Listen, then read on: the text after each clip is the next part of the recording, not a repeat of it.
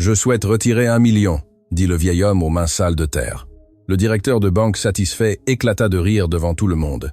Mais quand il vérifia le compte, son rire se figea pour toujours. L'agence principale du Crédit Métropolitain n'avait jamais vu une matinée pareille. Le bâtiment de marbre et de verre brillait sous le soleil, ses sols polis reflétant les lumières des lustres importés. C'était le genre d'endroit où les millionnaires gardaient leur fortune et où les gens humbles osaient rarement entrer.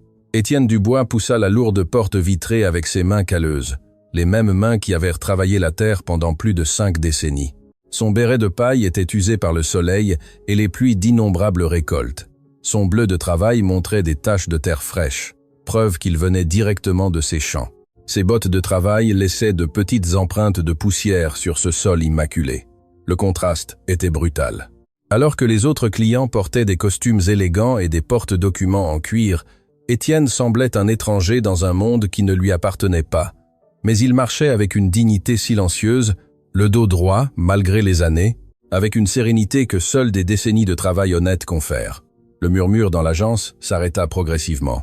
Les têtes se tournèrent. Des regards de mépris à peine dissimulés suivaient chaque pas du vieil homme.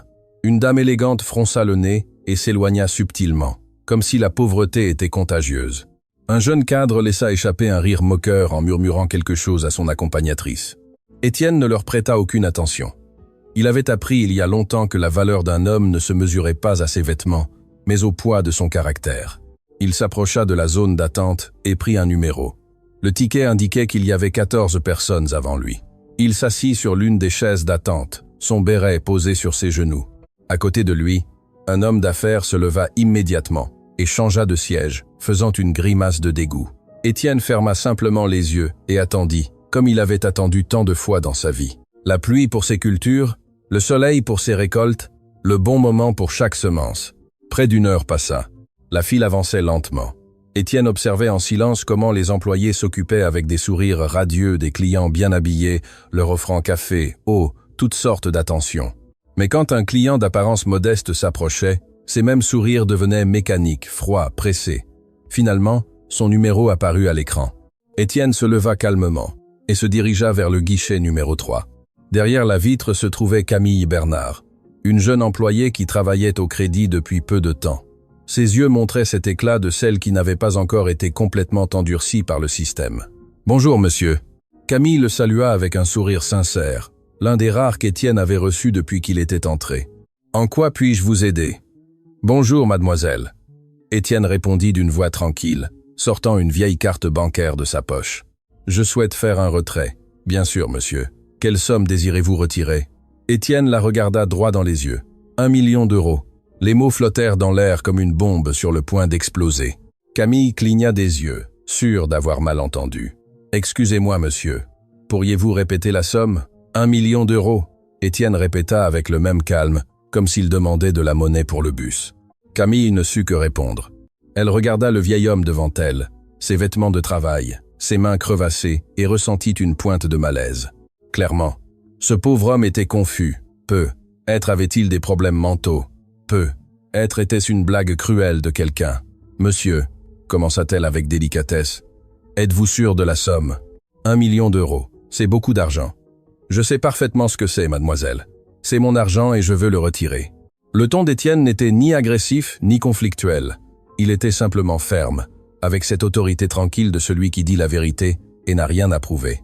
Camille ne savait pas comment procéder. Ce type de situation n'était pas dans le manuel de formation. Elle regarda vers le bureau de son superviseur cherchant une orientation. C'est alors que Marc Lévesque apparut. Le directeur général de l'agence était un homme qui avait bâti sa carrière sur la flatterie des riches et le mépris des pauvres. Il portait un costume qui coûtait plus que ce que beaucoup de familles gagnaient en un an. Sa cravate dorée brillait sous les lumières de la banque. Une montre de luxe ornait son poignet, symbole d'un statut qu'il considérait mérité. Marc avait entendu la conversation depuis son bureau et avait décidé d'intervenir personnellement.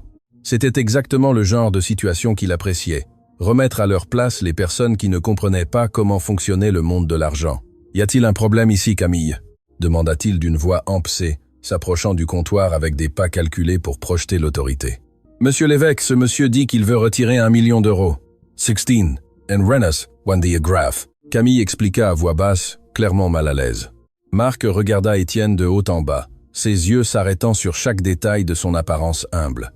Le béret usé, le bleu de travail taché, les bottes poussiéreuses, un sourire condescendant se forma sur ses lèvres. « Monsieur », il laissa le mot en suspens, attendant un nom. « Dubois, Étienne Dubois. »« Monsieur Dubois », Marc prononça le nom comme si cela lui laissait un mauvais goût dans la bouche. « Je crains qu'il n'y ait une confusion. C'est une banque sérieuse, pas un endroit pour faire des blagues. Si vous voulez faire un vrai retrait, nous serons ravis de vous servir. Mais il faut que ce soit une somme que vous ayez réellement sur votre compte. » Étienne le regarda sans broncher. « Je ne plaisante pas. Je veux retirer 1 million d'euros de mon compte. » Marc laissa échapper un rire. Ce n'était pas un rire discret ou retenu. C'était un rire tonitruant, exagéré, conçu pour humilier. Il se pencha en arrière, son corps secoué par chaque explosion de moquerie. « Vous avez entendu ça ?» s'exclama-t-il assez fort pour que tous dans l'agence puissent l'entendre. « Monsieur le paysan veut retirer 1 million d'euros. » D'autres rires se joignirent aux siens. Certains clients se couvraient la bouche essayant de dissimuler, d'autres riaient ouvertement. Les employés échangeaient des regards gênés, certains souriant nerveusement pour plaire à leur chef. Étienne resta immobile, son expression inchangée. Il avait affronté des tempêtes qui avaient détruit des récoltes entières. Il avait survécu à des sécheresses qui avaient tué des centaines d'animaux. Il avait enterré des êtres chers de ses propres mains. Les rires de personnes vides ne signifiaient rien pour lui. « Écoutez, monsieur Dubois. » Marc s'essuya une larme imaginaire de l'œil, toujours secoué par le rire. « Je vais être généreux, et je vais consulter votre compte pour vous montrer gentiment que vous êtes confus. Ainsi, vous pourrez rentrer chez vous sans plus de honte. Je vous remercie. » Étienne répondit avec un calme parfait. « Vérifiez le compte. » Marc fit un geste à Camille pour qu'elle lui donne la carte. La jeune femme obéit en lui tendant le plastique usé qui semblait aussi vieux que son propriétaire. Le directeur la prit entre ses doigts comme si c'était quelque chose de sale. « Voyons ce que nous avons ici », murmura-t-il d'un ton théâtral en se dirigeant vers l'ordinateur principal. Plusieurs employés et clients curieux s'étaient approchés, voulant assister au moment où le pauvre vieil homme serait remis à sa place. Marc inséra la carte et tapa les commandes nécessaires pour accéder aux informations du compte. Son sourire moqueur restait fermement planté sur son visage pendant qu'il attendait que l'écran se charge. Et puis tout changea. Le sourire de Marc se figea. Ses yeux s'ouvrirent en grand. La couleur quitta son visage si vite qu'on aurait dit que quelqu'un avait tiré un bouchon invisible. Ses mains commencèrent à trembler sur le clavier. « C'est une erreur », murmura-t-il pour lui-même. Sa voix soudainement rauque. Il tapa à nouveau, vérifiant, rechargeant la page, cherchant désespérément une faille du système qui expliquerait ce qu'il voyait. Mais les chiffres restaient là, immuables, réels. Le compte d'Étienne Dubois n'avait pas 1 million. Il avait 47 millions d'euros. Le silence qui tomba sur l'agence fut absolu. Marc resta paralysé devant l'écran, son esprit incapable de traiter l'information. Tous ces rires, toutes ces moqueries, toute cette humiliation publique avaient été dirigés vers un homme qui aurait pu acheter la banque entière s'il le voulait. Camille, qui était restée silencieuse pendant toute l'humiliation, s'approcha discrètement pour regarder l'écran. Quand elle vit les chiffres, elle dut se tenir au comptoir pour ne pas perdre l'équilibre. « Monsieur Dubois », la voix de Marc, sortit comme un croassement étranglé. « Je ne savais pas. C'est suffisant pour mon retrait ?» Étienne demanda avec le même calme que toujours, comme si rien ne s'était passé. Le directeur déglutit bruyamment. En toutes ses années de carrière, il n'avait jamais commis une erreur aussi catastrophique. Il avait humilié publiquement l'un des clients les plus importants que la banque puisse avoir. Son travail, sa réputation, tout était en danger. « Bien sûr, monsieur Dubois », Marc bégaya, son arrogance complètement évaporée. « 1000 excuses pour la confusion. Permettez-moi de vous accueillir personnellement dans mon bureau privé. Nous vous offrirons du café, tout ce que vous désirez. C'est un honneur de vous avoir comme client. » Étienne le regarda pendant un long moment. Dans ses yeux, il y avait quelque chose que Marc ne put déchiffrer. Ce n'était ni de la rage ni du ressentiment. C'était quelque chose de plus profond, de plus troublant. « Il y a 5 minutes, j'étais un sujet de moquerie. » Étienne parla finalement, sa voix sereine, mais avec un poids qui fit reculer tous les présents. « Il y a 5 minutes, vous vous moquiez de mes mains sales, de mes vêtements de travail, de mon apparence. Rien n'a changé en moi depuis lors. Je suis toujours le même homme qui est entré par cette porte. La seule différence est que maintenant vous savez combien de zéros il y a sur mon compte. » Le directeur ne trouva pas les mots pour répondre. « Mon père m'a enseigné quelque chose il y a de nombreuses années. » Étienne continua. « Il m'a dit que l'argent ne fait pas les gens, mais qu'il les révèle.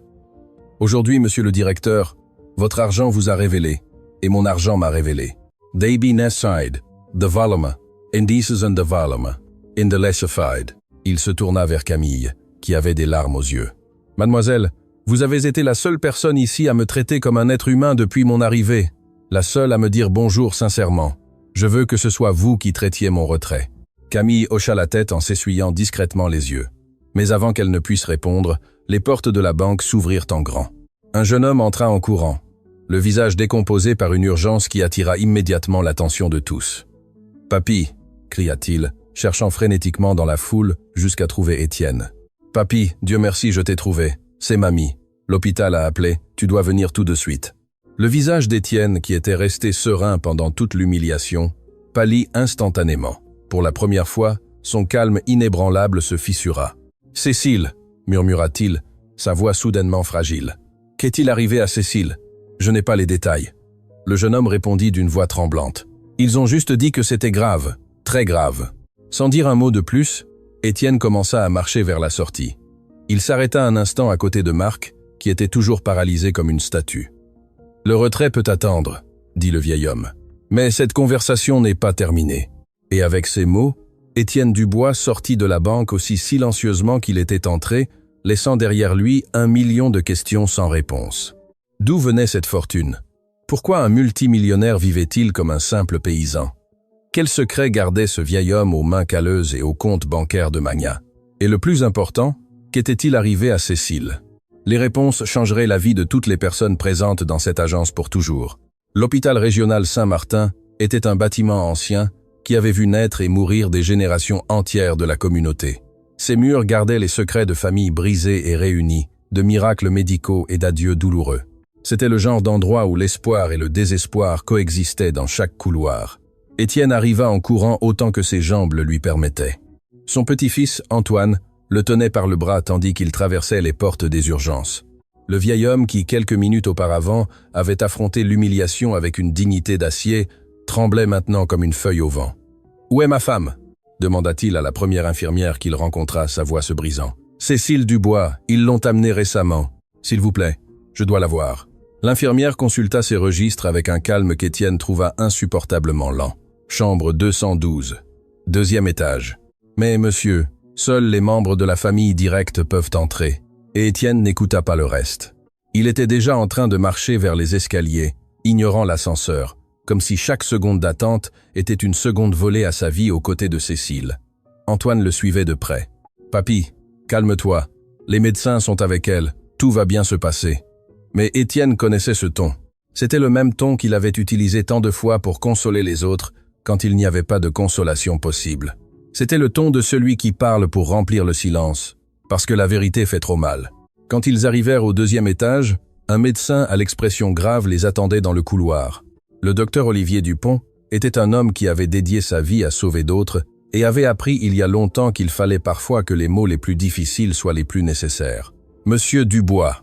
demanda-t-il en voyant Étienne s'approcher. « C'est moi ? Comment va ma femme ?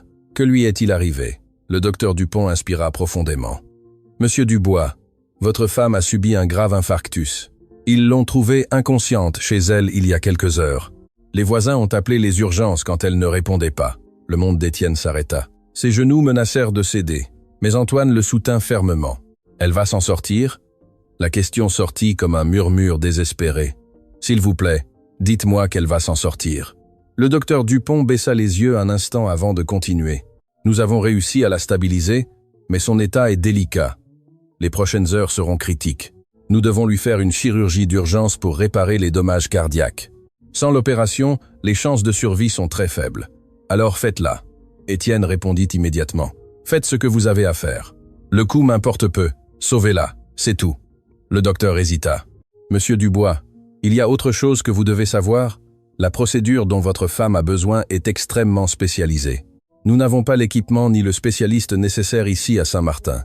Nous devrions la transférer au centre médical parisien dans la capitale, et le temps est un facteur crucial. Combien de temps avons-nous? Idéalement, la chirurgie devrait être réalisée dans les prochaines 24 heures. Après cela, chaque heure qui passe réduit significativement les chances de succès. » Antoine intervint. « Docteur, quel est le coût de la procédure et du transfert? Le docteur Dupont échangea un regard gêné avec l'infirmière à ses côtés. Le transfert en ambulance aérienne, la chirurgie, les spécialistes, la récupération. Nous parlons de plusieurs centaines de milliers d'euros, et le centre médical parisien exige un acompte considérable avant de programmer toute procédure de cette ampleur. Antoine pâlit. Il connaissait la situation économique apparente de ses grands-parents. Il vivait dans une ferme modeste, sans luxe, sans ostentation. D'où tirerait-il cet argent? Mais Étienne n'hésita pas une seconde. « L'argent n'est pas un problème », dit-il avec une fermeté qui surprit tout le monde. « Passez les appels nécessaires. Je veux le meilleur spécialiste disponible, le meilleur équipement, le meilleur de tout. Ma femme le mérite. » Le docteur le regarda avec un mélange de compassion et de scepticisme. Il avait vu trop de familles faire des promesses qu'elles ne pouvaient pas tenir dans des moments de désespoir. « Monsieur Dubois, je comprends votre situation émotionnelle, mais je dois être honnête avec vous. Nous parlons d'une somme très considérable. L'hôpital aura besoin de garanties avant de... » « Docteur, » Étienne l'interrompit, sa voix retrouvant un peu de ce calme inébranlable qu'il avait montré à la banque. « Je vous donne ma parole que l'argent sera disponible avant la fin de la journée. Maintenant, s'il vous plaît, puis-je voir ma femme ?» Quelque chose dans les yeux du vieil homme convainquit le docteur qu'il n'était pas face à un homme qui faisait des promesses vides. Il hocha la tête lentement. « La chambre est au bout du couloir. Elle est sous sédatif, mais consciente par intermittence. Vous pouvez rester avec elle pendant que nous faisons les arrangements. » Étienne le remercia d'un signe de tête et se dirigea vers la chambre d'un pas qui semblait peser des tonnes. Quand il ouvrit la porte de la chambre 212, le cœur d'Étienne se brisa en 1000 morceaux. Cécile gisait sur le lit d'hôpital, connectée à des machines qui bipaient à un rythme constant, surveillant chaque battement d'un cœur qui avait aimé Étienne toute une vie. Ses cheveux, qui avaient autrefois été noirs comme la nuit, étaient maintenant complètement blancs, éparpillés sur l'oreiller comme une couronne d'argent. Ses yeux étaient fermés, mais même dans cet état de fragilité, Étienne pouvait voir la jeune femme magnifique dont il était tombé amoureux des décennies auparavant. Il s'approcha lentement, prit sa main dans les siennes, et les larmes qu'il avait retenues pendant des heures trouvèrent enfin la liberté. « Mon amour », murmura-t-il en portant la main de Cécile à ses lèvres, « je suis là, je ne m'en vais nulle part. » Comme si elle pouvait l'entendre à travers les couches de sédatifs, Cécile ouvrit lentement les yeux. Son regard, bien que troublé par les médicaments, trouva immédiatement son mari. Étienne. Sa voix était à peine un murmure, faible comme le battement d'ailes d'un papillon. « Chut, ne parle pas, garde tes forces. J'ai pensé que tu n'arriverais pas. » Une larme coula sur la joue de Cécile. « J'ai pensé que je partirais sans te voir. Jamais. » Étienne serra sa main avec douceur. « Tu ne partiras jamais sans moi, et tu ne partiras pas encore. Tu vas te rétablir, je te le promets. » Cécile tenta de sourire, mais l'effort était trop grand. « Toujours tu tiens tes promesses, et celle-ci ne fera pas exception. Ils vont opérer, mon amour, les meilleurs médecins. Nous allons nous en sortir. L'argent. » Cécile murmura, avec une inquiétude évidente. « Je ne veux pas que tu dépenses l'argent des enfants. » Étienne ressentit une piqûre dans la poitrine. Après tant d'années, Cécile pensait toujours aux autres avant elle-même. Cette générosité infinie était l'une des milliers de raisons pour lesquelles il l'aimait. Ne t'inquiète pas pour ça maintenant. Préoccupe-toi seulement de te reposer, de reprendre des forces. Les yeux de Cécile commencèrent à se fermer à nouveau, les sédatifs la reprenant. Mais avant de s'endormir, elle murmura quelque chose qui fit battre le cœur d'Étienne avec une force renouvelée. « Jamais je n'ai regretté de t'avoir choisi. Même quand tout le monde disait que tu n'étais qu'un pauvre paysan, je savais. J'ai toujours su. » Elle ne termina pas la phrase. Le sommeil la reprit, laissant Étienne tenir sa main dans le silence de la chambre, avec le poids de décennies d'amour et de secrets pesant sur sa poitrine. Antoine entra silencieusement et s'assit à côté de son grand-père. « Papy !» parla-t-il à voix basse. « Comment allons-nous payer tout ça? Je ne veux pas être insensible, mais les médecins vont avoir besoin de réponses rapidement. » Étienne ne quitta pas Cécile des yeux. « Te souviens-tu de ce que je t'ai dit quand tu étais enfant? Quand tu me demandais pourquoi nous vivions à la ferme si nous pouvions acheter n'importe quelle maison que nous voulions ?» Antoine fronça les sourcils, confus. « Papy, tu ne m'as jamais dit ça. J'ai toujours pensé que nous avions à peine de quoi vivre. » « Exactement. » Étienne le regarda enfin. « Tu as pensé ce que tout le monde a pensé.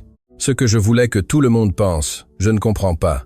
Ta grand-mère et moi avons pris une décision il y a de nombreuses années. Une décision que très peu de gens connaissent. Nous avons décidé que l'argent ne définirait jamais qui nous étions ni comment nous vivions. Nous avons décidé d'élever notre famille avec des valeurs, pas avec des luxes. Leur enseigner la valeur du travail, de l'humilité, de l'effort. Antoine le regardait avec des yeux de plus en plus grands. « Papy, de quoi parles-tu? Aujourd'hui, je suis allé à la banque pour retirer de l'argent pour l'opération de ta grand-mère. Je savais que son cœur défaillait depuis longtemps. Les médecins nous l'avaient averti, mais elle refusait de dépenser de l'argent pour elle-même. Elle disait que cet argent était pour vous, pour les futures générations. Combien d'argent, papy? Étienne inspira profondément. 47 millions d'euros. Le silence qui suivit fut si profond qu'Antoine pouvait entendre son propre cœur battre. C'est impossible, bégaya-t-il finalement. Nous sommes des paysans. Nous vivons dans une maison en bois. Nous n'avons jamais eu de voiture neuve. J'ai travaillé depuis mes 14 ans pour aider aux dépenses. Comment est-ce possible? C'est une longue histoire, mon enfant. Une histoire que ta grand-mère et moi avons gardée toute notre vie. Une histoire que nous avons promis de raconter seulement quand ce serait absolument nécessaire. Avant qu'Antoine ne puisse répondre, la porte de la chambre s'ouvrit. C'était une infirmière avec une expression urgente. « Monsieur Dubois, quelqu'un vous demande à la réception. Il dit qu'il vient du Crédit Métropolitain. Il insiste pour vous parler personnellement. » Étienne et Antoine échangèrent des regards surpris. « De la banque ?» demanda Antoine. « Comment ont-ils su que tu étais ici ?» Étienne se leva lentement en embrassant Cécile sur le front avant de se diriger vers la porte. « Reste avec elle, » dit-il à Antoine. « Ne la laisse pas seule un instant. » Quand Étienne arriva à la réception de l'hôpital, il se trouva face à une scène inattendue. Marc Lévesque était là, mais ce n'était plus l'homme arrogant d'heures auparavant. Sa posture était voûtée, son expression défaite. À côté de lui se tenait une femme d'âge moyen à l'expression professionnelle, mais préoccupée. Derrière eux, 2 hommes en costume sombre attendaient en silence. « Monsieur Dubois », Marc s'avança d'un pas hésitant. « Je suis profondément désolé de vous déranger à un tel moment. J'ai su par les registres d'urgence que votre femme était ici. J'avais besoin de vous parler.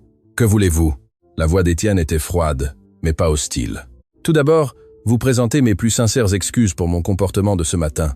C'était impardonnable, inexcusable. J'ai jugé sur les apparences et... Vous êtes venu jusqu'ici pour vous excuser ?» Étienne l'interrompit. Marc baissa les yeux. « Pas seulement pour cela, monsieur. Après votre départ, la directrice régionale de la banque a été informée de ce qui s'était passé. Il désigna la femme à ses côtés. C'est Madame Geneviève Leclerc. Elle est ici pour vous parler d'une affaire liée à votre compte. » La femme s'avança, son expression professionnelle, mais avec une touche de réelle inquiétude. « Monsieur Dubois, je regrette de vous rencontrer dans ces circonstances. La banque a été informée de l'urgence médicale de votre femme. Nous voulons que vous sachiez que toutes les ressources nécessaires à son traitement sont à votre disposition immédiatement, sans formalité, sans délai. C'est le minimum que nous puissions faire après le traitement honteux que vous avez reçu ce matin. » Étienne l'étudia un instant. « Je vous remercie, mais je n'ai pas besoin de faveur. Je peux payer le traitement de ma femme. »« Nous le savons, monsieur. Mais il y a autre chose. » Geneviève échangea un regard nerveux avec les hommes en costume sombre. « Il y a une affaire liée à votre compte qui nécessite une attention urgente. Une affaire qui ne peut pas attendre. Ma femme se bat pour sa vie. Toute affaire bancaire peut attendre. Je crains que non, monsieur Dubois. » L'un des hommes en costume sombre parla pour la première fois. « Mon nom est Nicolas Lefebvre. Je suis enquêteur de l'unité de renseignement financier. Nous surveillons votre compte depuis un certain temps et ce matin, lorsque les alertes ont été activées par le retrait que vous avez demandé, nous avons découvert quelque chose que vous devez savoir. » Étienne sentit un frisson lui parcourir le dos. « Qu'avez-vous découvert ?» L'enquêteur Lefebvre regarda autour de lui, s'assurant que personne d'autre ne pouvait entendre. « Monsieur Dubois, quelqu'un a tenté d'accéder illégalement à votre compte au cours des derniers mois. Plusieurs tentatives de transfert non autorisées. Quelqu'un connaît votre argent. Quelqu'un de très proche de vous. » Le cœur d'Étienne s'arrêta. « Et le plus préoccupant, continua Lefebvre, c'est que les tentatives d'accès provenaient d'une adresse liée à un membre direct de votre famille. » Les murs de l'hôpital semblèrent se refermer autour d'Étienne. Un membre de la famille, quelqu'un de son propre sang tentant de voler l'argent que lui et Cécile avaient protégé toute leur vie. « Qui ?» Le mot sortit comme un murmure étranglé. « C'est ce que nous devons enquêter. Mais, monsieur Dubois, tant que nous ne saurons pas exactement qui est derrière tout cela, vous ne pouvez faire confiance à personne. » À ce moment, Antoine apparut en courant dans le couloir, le visage pâle comme la cire. « Papy, c'est mamie. Les moniteurs ont commencé à sonner. Les médecins disent qu'elle s'aggrave. » Étienne courut vers les escaliers. son esprit partagé entre la terreur de perdre sa femme et la trahison de découvrir que quelqu'un de sa propre famille voulait le voler. Qui était le traître? Et quels autres secrets étaient sur le point d'être révélés? Les réponses étaient plus proches qu'Étienne ne l'imaginait, et seraient plus douloureuses qu'il n'aurait jamais pu supporter. Les moniteurs cardiaques émettaient un son aigu et intermittent qui transperçait l'âme d'Étienne comme 1000 aiguilles. Il courut dans le couloir de l'hôpital, à une vitesse que ses années ne devraient pas permettre, poussant des portes, esquivant des infirmières, le cœur battant dans sa gorge. Quand il arriva à la chambre 212, le docteur Dupont et 2 infirmières entouraient le lit de Cécile. Leurs mouvements étaient rapides, précis, urgents. Le vieil homme s'arrêta sur le seuil, paralysé par la terreur de ce qu'il voyait. « Cécile !» cria-t-il en essayant de s'approcher. Mais une infirmière l'arrêta gentiment. « Monsieur, vous devez attendre dehors. Les médecins travaillent. C'est ma femme. Je ne m'en vais nulle part. » Le docteur Dupont leva les yeux un instant. « Laissez-le rester. Mais, monsieur Dubois, j'ai besoin que vous restiez dans ce coin et que vous n'interfériez pas. » Étienne obéit en se pressant contre le mur, ses mains tremblantes lui couvrant la bouche, tandis qu'il observait impuissant comment les médecins luttaient pour stabiliser la femme qu'il avait aimée pendant plus de 5 décennies. Les minutes s'étirèrent comme des heures. Chaque bip du moniteur était une prière. Chaque silence entre les bips était une éternité d'angoisse. Antoine apparut à la porte, son visage reflétant la même terreur qui consumait son grand-père. Finalement, après ce qui sembla une vie entière, le rythme du moniteur commença à se stabiliser. Le son aigu se transforma en un poule constant, encore faible, mais présent, vivant. Le docteur Dupont s'éloigna du lit, retirant ses gants avec un soupir de soulagement mêlé d'inquiétude. « Nous avons réussi à la stabiliser à nouveau », dit-il en s'approchant d'Étienne. « Mais, monsieur Dubois, je dois être tout à fait honnête avec vous. Votre femme ne résistera pas à une autre crise comme celle-ci. La chirurgie n'est plus une option. C'est une nécessité absolue et immédiate. Alors, faites-la ici tout de suite. Nous ne pouvons pas. Je vous l'ai déjà expliqué. Nous n'avons pas l'équipement spécialisé ni le chirurgien cardiovasculaire nécessaire. Le seul endroit où cette procédure peut être effectuée est le centre médical parisien dans la capitale. » Étienne regarda Cécile, qui avait de nouveau perdu connaissance. Sa respiration était si faible qu'elle bougeait à peine les draps sur sa poitrine. « Combien de temps avons-nous? Si nous la transférons dans les prochaines heures, les chances de succès sont raisonnables. Si nous attendons plus, chaque minute qui passe réduira ces chances significativement. » À ce moment, Geneviève Leclerc apparut à la porte de la chambre. La directrice régionale de la banque était restée à l'hôpital, attendant le moment approprié pour intervenir. « Monsieur Dubois », parla-t-elle d'une voix professionnelle, mais chargée d'une réelle inquiétude. « Je me suis permis de passer quelques appels. Il y a un hélicoptère médical disponible, qui peut transporter votre femme au centre médical parisien en moins d'1 heure. Le meilleur chirurgien cardiovasculaire du pays, le docteur Sébastien Moreau, est disponible et a accepté de pratiquer l'opération ce soir même. » Étienne la regarda avec surprise. « Comment avez-vous réussi tout cela si vite? La banque a des accords avec des services médicaux d'urgence pour nos clients préférentiels, et après ce qui s'est passé ce matin, c'est le moins que nous puissions faire. » Elle marqua une pause avant de continuer. « Les coûts seront couverts immédiatement depuis votre compte avec votre autorisation, bien sûr. Vous avez mon autorisation. Faites le nécessaire. » Le docteur Dupont intervint. « Madame, si c'est vrai, nous devons coordonner le transfert immédiatement. Chaque minute compte. C'est déjà en route. » Geneviève répondit. L'hélicoptère atterrira sur le toit de l'hôpital dans environ 20 minutes.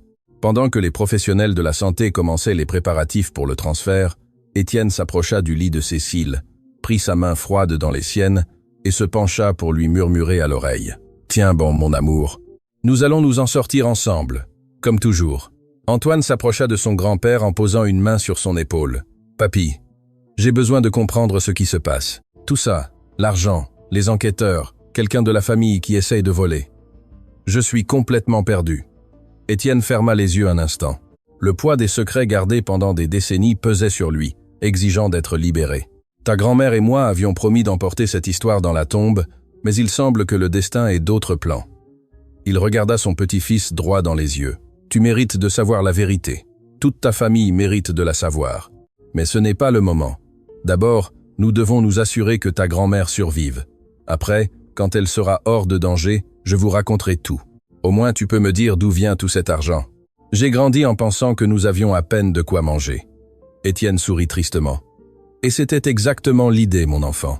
Nous voulions que toi, tes frères, Tous nos petits-enfants grandissent en valorisant le travail, l'effort, l'humilité. Trop de familles ont été détruites par des fortunes héritées que leurs membres n'ont jamais appris à apprécier.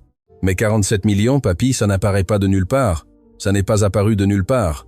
Chaque centime de cet argent a été gagné à la sueur de notre front, avec sacrifice, avec des décisions qui ont changé le cours de nos vies. Les yeux d'Étienne se perdirent dans des souvenirs lointains. Il y a de nombreuses années, quand ta grand-mère et moi étions jeunes et n'avions rien, j'ai pris un risque que tous pensaient me détruire. J'ai investi ce que nous avions, jusqu'au dernier sou, dans quelque chose que personne d'autre ne croyait possible. Dans quoi?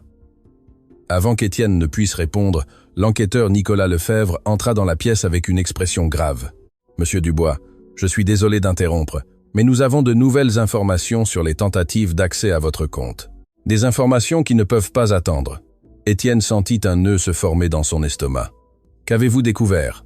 Lefebvre regarda Antoine un instant, comme pour évaluer s'il devait parler devant lui. Il décida finalement que la situation était trop urgente pour les subtilités. Les tentatives de transfert non autorisées provenaient de 3 adresses différentes. L'une d'elles est liée à un ordinateur enregistré au nom de Mathilde Dubois.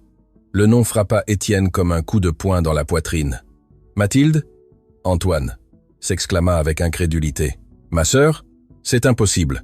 Mathilde ne vit même pas dans le pays. Elle est en Europe depuis des années. Les transferts peuvent être effectués de n'importe où dans le monde, » expliqua Lefebvre. « Et selon nos registres, Mademoiselle Mathilde Dubois est revenue au pays il y a plusieurs semaines.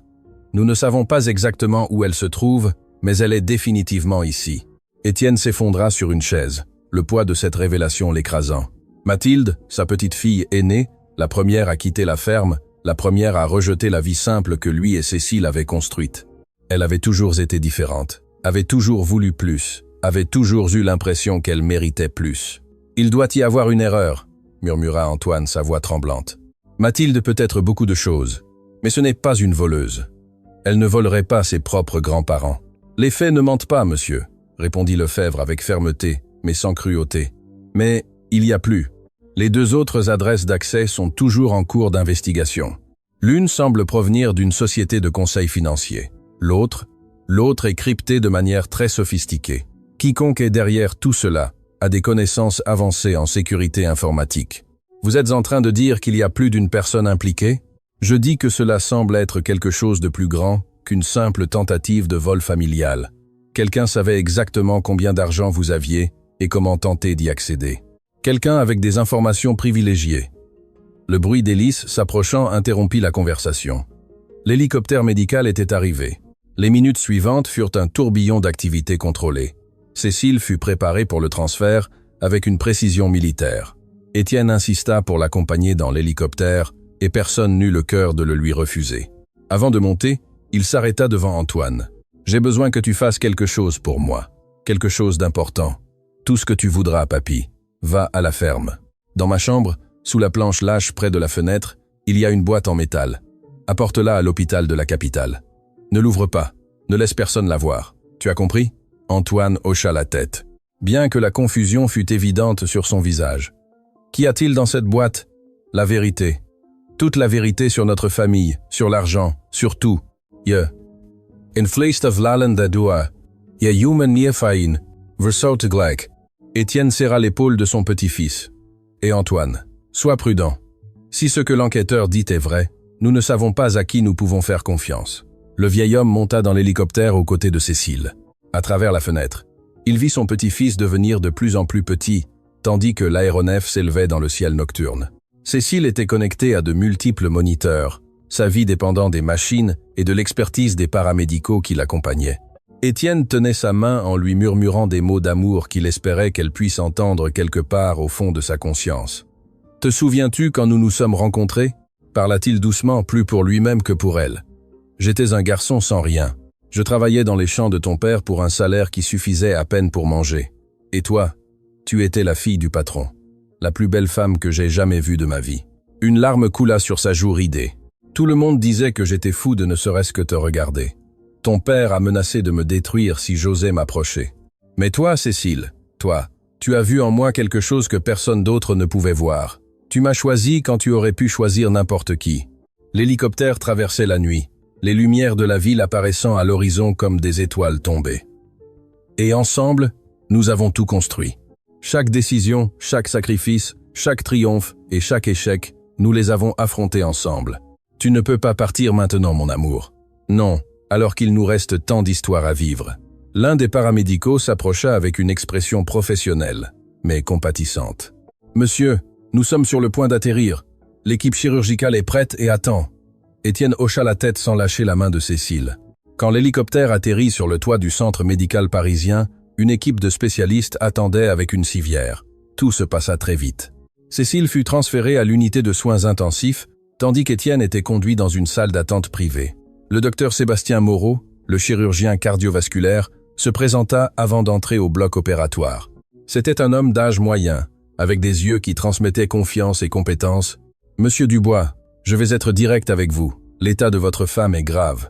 La chirurgie que nous allons effectuer est complexe et comporte des risques importants.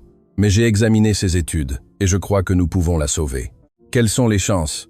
Le docteur Moreau le regarda avec honnêteté. Si tout se passe bien, elle a de bonnes chances de récupération complète. Mais monsieur Dubois, à son âge, toute chirurgie cardiaque est un défi. Je dois vous préparer à tous les résultats. Étienne inspira profondément. Docteur, cette femme a été ma vie pendant plus de 50 ans. Faites tout ce qui est en votre pouvoir, s'il vous plaît. Vous avez ma parole. Le chirurgien disparut derrière les portes du bloc opératoire, laissant Étienne seul dans la salle d'attente. Le silence était assourdissant. Les murs blancs semblaient se refermer sur lui. Pour la première fois depuis des décennies, Étienne Dubois se sentit complètement seul. Il s'agenouilla à côté d'une des chaises, ferma les yeux et commença à prier. Il n'était pas un homme particulièrement religieux, mais à ce moment-là, il aurait fait n'importe quoi, n'importe quel pacte, n'importe quel sacrifice pour sauver sa Cécile. Les heures passèrent comme des siècles. Des infirmières entraient occasionnellement pour lui offrir de l'eau ou du café, mais Étienne refusait tout. Il ne pouvait ni manger ni boire, tandis que l'amour de sa vie luttait pour survivre quelque part derrière ses portes. Ce fut pendant ces heures interminables d'attente que les souvenirs commencèrent à l'inonder. Des souvenirs d'une vie entière partagée. Le jour où ils se marièrent, Cécile portant une robe simple qu'elle avait elle-même cousue. La naissance de leur premier enfant, quand Étienne pleura plus que le bébé. Les années difficiles, quand il ne savait pas s'il y aurait assez de nourriture pour le lendemain. Et puis le moment qui changea tout, le moment que personne ne connaissait, sauf lui et Cécile, le moment qui les transforma en millionnaires. Pendant qu'Étienne se perdait dans ses souvenirs, son téléphone commença à sonner. C'était un numéro inconnu. Normalement, il n'aurait pas répondu, mais quelque chose l'incita à le faire. « Papi !» La voix à l'autre bout était féminine, familière, chargée d'une émotion qu'Étienne ne put identifier immédiatement. Son sang se glaça. « Mathilde.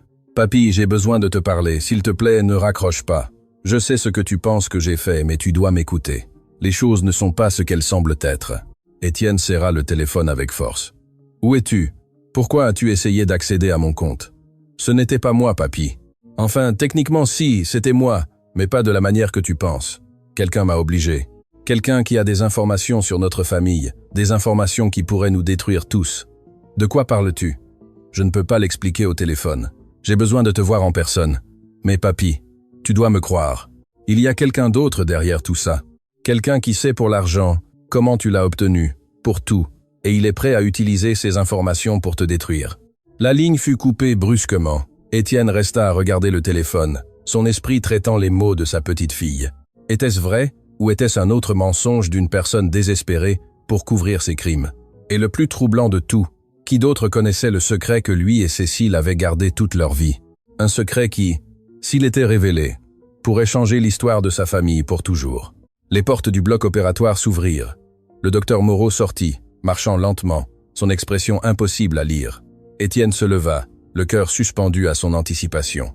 Le chirurgien s'approcha, retira son bonnet chirurgical et prononça les mots qui détermineraient le reste de la vie d'Étienne Dubois. « Monsieur Dubois, votre femme.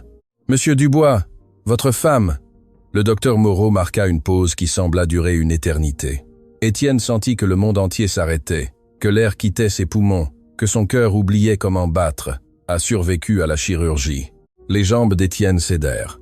Il s'effondra sur la chaise la plus proche, couvrant son visage de ses mains, tandis que des sanglots silencieux secouaient son corps.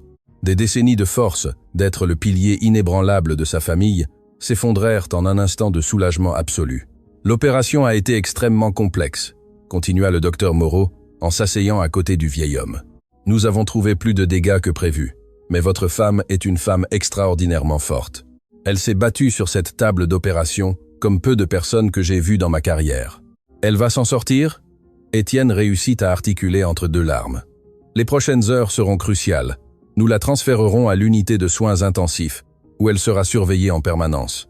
Si elle passe la nuit sans complications, ses chances de récupération augmenteront significativement. Puis-je la voir ?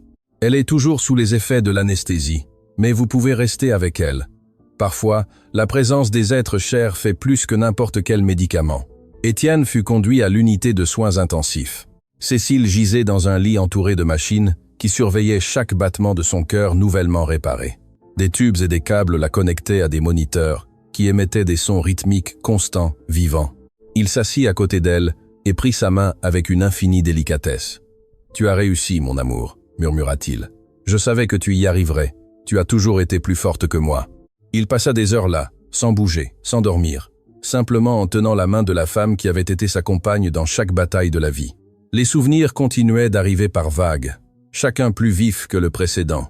Il se souvint du jour où ils décidèrent de se marier en secret, car le père de Cécile n'aurait jamais approuvé que sa fille s'unisse à un simple ouvrier agricole.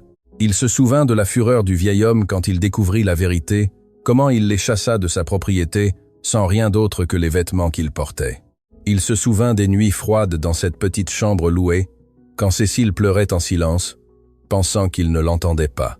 Et il se souvint du moment qui changea tout, la découverte qui transforma leur destin. Un bruit à la porte interrompit ses pensées. C'était Antoine, les vêtements froissés et le visage marqué par la fatigue et l'inquiétude.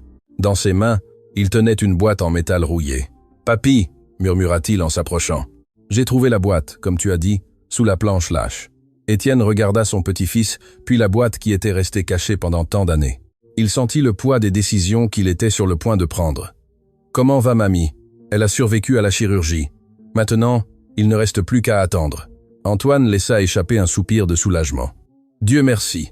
Il s'assit à côté de son grand-père, posant la boîte sur une table d'appoint. « Papy, sur le chemin du retour, j'ai reçu un appel. C'était Mathilde. » Étienne se tendit immédiatement. « Que voulait-elle ?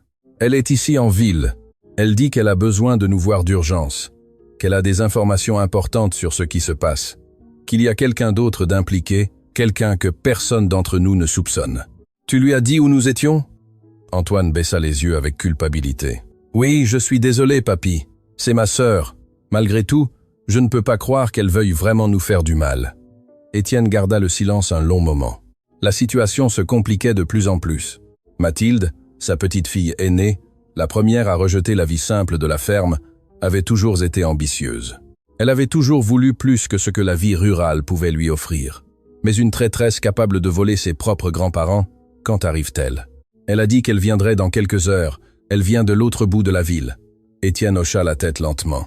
« Alors, nous avons le temps. Assez de temps pour que tu connaisses la vérité avant qu'elle n'arrive. » Il prit la boîte en métal avec des mains qui tremblaient légèrement.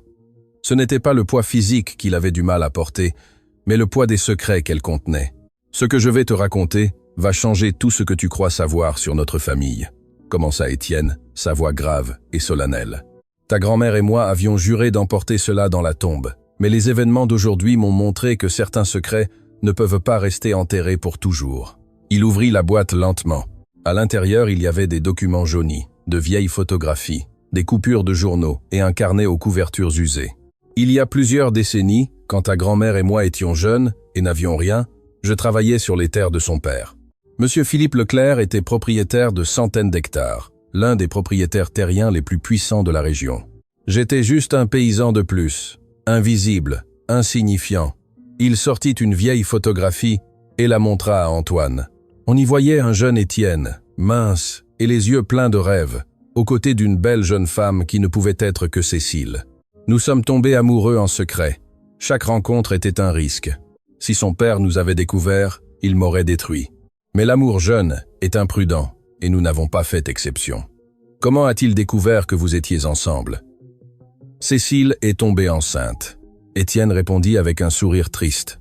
Ton père, mon fils aîné, a été conçu au milieu de cet amour interdit. Quand nous n'avons plus pu cacher la vérité, nous nous sommes mariés en secret. Le père de Cécile est devenu fou de rage lorsqu'il l'a appris. Il nous a chassés de sa propriété. Il a juré que nous ne recevrions jamais un sou de sa fortune, qu'il préférait la voir morte plutôt que mariée à un homme de rien comme moi. Antoine écoutait en silence, absorbant chaque mot. Nous avons passé des années difficiles. J'ai travaillé à tout ce que je pouvais, du lever au coucher du soleil. Cécile lavait le linge d'autrui pour aider aux dépenses. Nous avions à peine de quoi survivre, mais nous étions heureux, mon enfant. C'est la vérité la plus importante. Nous étions pauvres, mais nous avions quelque chose que l'argent ne peut acheter. Qu'est-ce qui a changé? Étienne sortit une coupure de journal de la boîte. Le titre, bien que décoloré par le temps, était toujours lisible. Découverte historique sur des terres rurales. Un jour, alors que je travaillais à nettoyer un terrain abandonné que j'avais acheté avec nos maigres économies, j'ai trouvé quelque chose. Au début, j'ai cru que c'était des déchets enterrés, de vieilles outils rouillés, mais quand j'ai continué à creuser, j'ai découvert que c'était bien plus. Les yeux d'Antoine s'agrandirent. Qu'as-tu trouvé? Des artefacts anciens, des pièces archéologiques d'une valeur inestimable. Il s'est avéré que notre petit terrain était sur les vestiges d'un ancien village autochtone. Des experts sont venus de partout pour étudier le site. Le gouvernement a voulu nous acheter la terre, mais j'ai refusé. Tu as refusé? Pourquoi? Parce qu'un avocat très astucieux m'a conseillé de ne pas vendre. Il m'a expliqué que j'avais des droits sur les découvertes faites sur ma propriété. Nous avons négocié pendant des mois. Finalement, nous sommes arrivés à un accord. Le gouvernement obtiendrait l'accès au site pour la recherche et la préservation et je recevrais une juste compensation pour la découverte et l'utilisation de mes terres. Il sortit un autre document de la boîte. Cette compensation, investie judicieusement pendant des décennies, a grandi jusqu'à devenir ce que nous avons aujourd'hui, 47 millions d'euros. Tout est légal, tout est documenté, tout est gagné honnêtement. Antoine prit les documents d'une main tremblante. Pourquoi ne nous avez-vous jamais rien dit? Pourquoi vivre comme si nous étions pauvres? Parce que l'argent détruit les familles, mon enfant. Je l'ai vu trop de fois. Des héritiers qui se battent pour des fortunes, des frères qui deviennent ennemis, des enfants qui n'apprennent jamais la valeur du travail parce qu'ils n'ont jamais eu à faire d'efforts. Ta grand-mère et moi avons décidé que nos enfants et petits-enfants grandiraient avec des valeurs, pas avec des comptes bancaires. Mais alors, qui d'autre est au courant de tout ça? Étienne soupira profondément. C'est le problème. Nous pensions que le secret était en sécurité. Seuls nous, notre avocat de confiance, les fonctionnaires du gouvernement qui ont géré l'accord original, connaissaient la vérité. Mais évidemment, quelqu'un d'autre a découvert l'information. À ce moment, la porte de la chambre s'ouvrit. Les deux hommes se tournèrent pour voir qui entrait. C'était Mathilde. La jeune femme était magnifique, avec les cheveux sombres de sa grand-mère et les yeux perçants de son grand-père. Mais il y avait quelque chose de différent en elle, quelque chose qu'Étienne n'avait jamais vu auparavant, un mélange de peur et de détermination qui transformait ses traits familiers en quelque chose de presque méconnaissable. « Papy », dit-elle d'une voix tremblante, « avant que tu ne dises quoi que ce soit, j'ai besoin que tu m'écoutes, s'il te plaît. » Antoine se leva, se positionnant de manière protectrice à côté de son grand-père. « Mathilde, que se passe-t-il? Pourquoi apparais-tu après si longtemps juste au moment où tout ça explose? » « Parce que je n'ai pas commencé ça, Antoine. J'ai découvert quelque chose que je ne devais pas découvrir. Et maintenant, je suis prise au milieu de quelque chose de bien plus grand que nous tous. » Étienne l'observa avec des yeux qui avaient appris à lire les gens pendant des décennies de vie. Il voyait une peur sincère chez sa petite fille. Mais il voyait aussi quelque chose d'autre, quelque chose qu'il ne parvenait pas à identifier. « Parle !» ordonna-t-il d'une voix ferme. « Explique-nous ce qui se passe. » Mathilde s'approcha lentement, vérifiant que personne d'autre ne pouvait entendre depuis le couloir.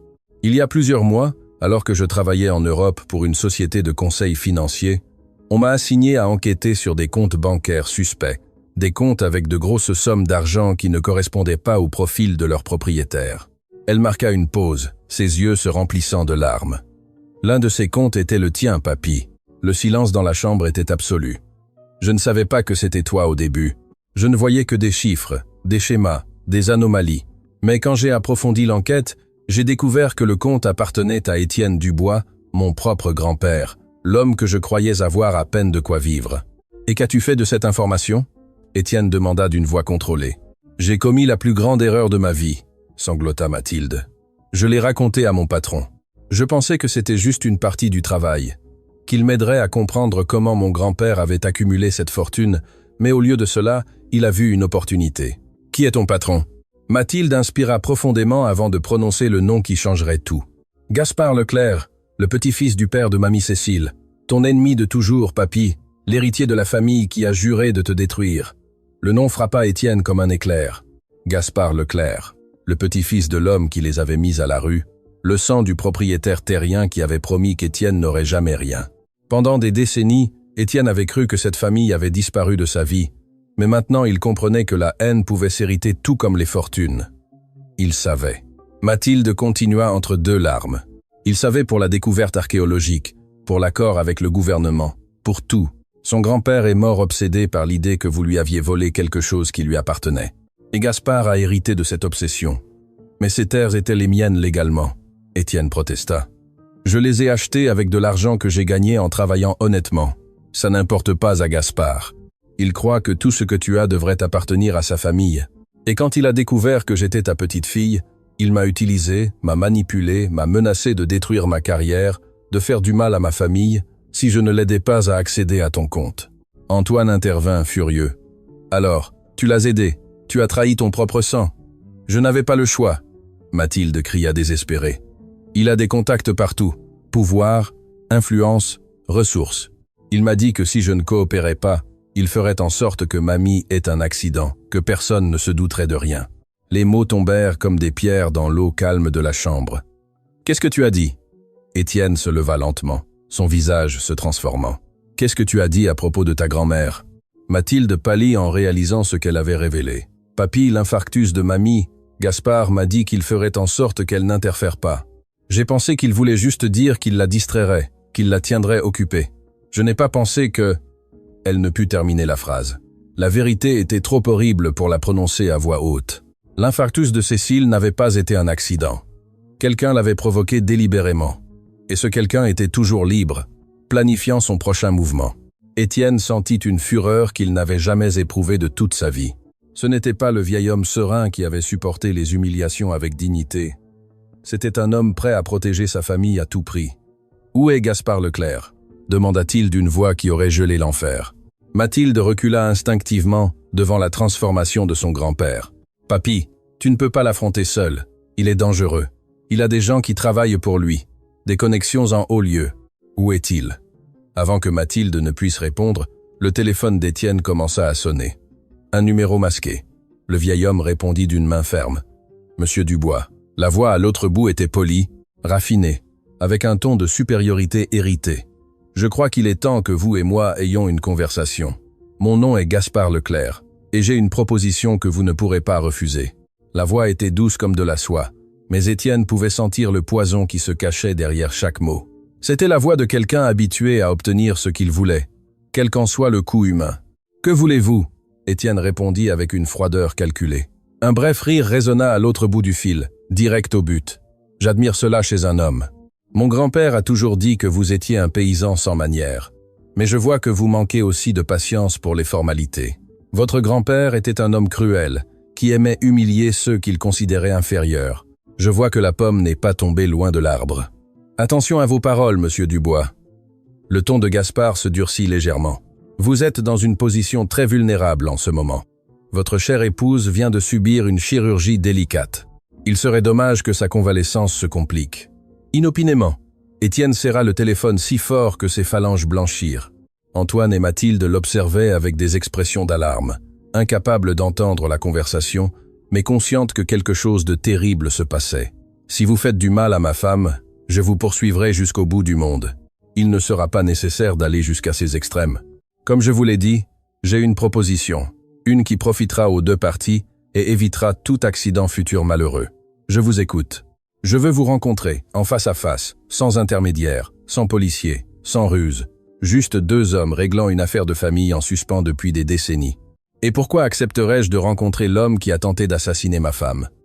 Parce que si vous ne le faites pas, je finirai ce que j'ai commencé. Et cette fois, je ne raterai pas. » La menace était directe, sans fioriture. De plus, j'ai des informations que vous devez connaître. Des informations sur votre précieuse fortune qui changeront tout ce que vous croyez savoir. Étienne garda le silence, traitant la situation. Il savait qu'il avait affaire à quelqu'un de dangereux, quelqu'un sans scrupules. Mais il savait aussi qu'il devait affronter cette menace de front s'il voulait protéger sa famille. Où et quand? Il y a un restaurant appelé Le Vieux Manoir au centre-ville. Demain à midi, venez seul. Si je vois une autre personne vous accompagner, la réunion sera annulée et les conséquences seront permanentes. La ligne fut coupée. Étienne raccrocha lentement le téléphone, son esprit travaillant à une vitesse vertigineuse. Qu'est-ce qu'il a dit? Antoine s'approcha d'urgence. Qui était-ce?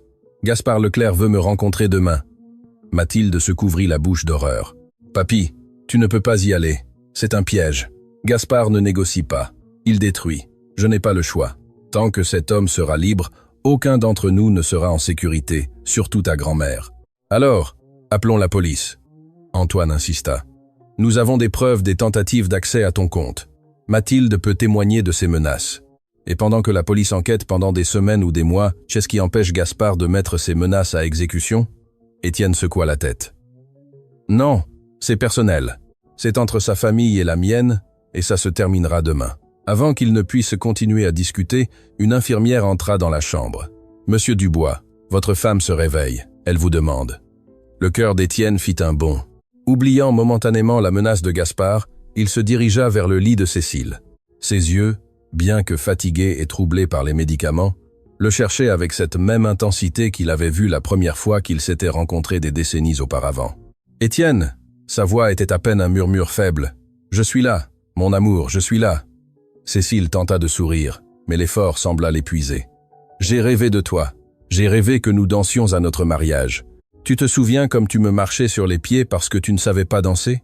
Étienne rit entre ses larmes. « Et toi, tu faisais semblant de ne pas avoir mal, toujours à protéger ma fierté.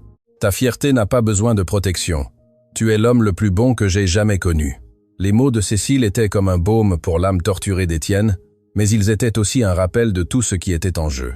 Cette femme, qui avait tant sacrifié pour lui, qu'il avait aimé quand il n'avait rien, était maintenant en danger à cause d'une haine ancestrale qui n'aurait jamais dû s'hériter. « Cécile, il y a quelque chose que je dois te dire, quelque chose qui se passe. Je sais. » Elle l'interrompit doucement. « J'ai entendu des voix. J'ai entendu le nom Leclerc. » Ses yeux se remplirent d'une tristesse ancienne. « Finalement, ils nous ont trouvés, n'est-ce pas ?» Étienne la regarda surpris. « Savais-tu que cela pouvait arriver? Je l'ai toujours craint. Ma famille n'a jamais pardonné ce qu'ils considéraient comme une trahison.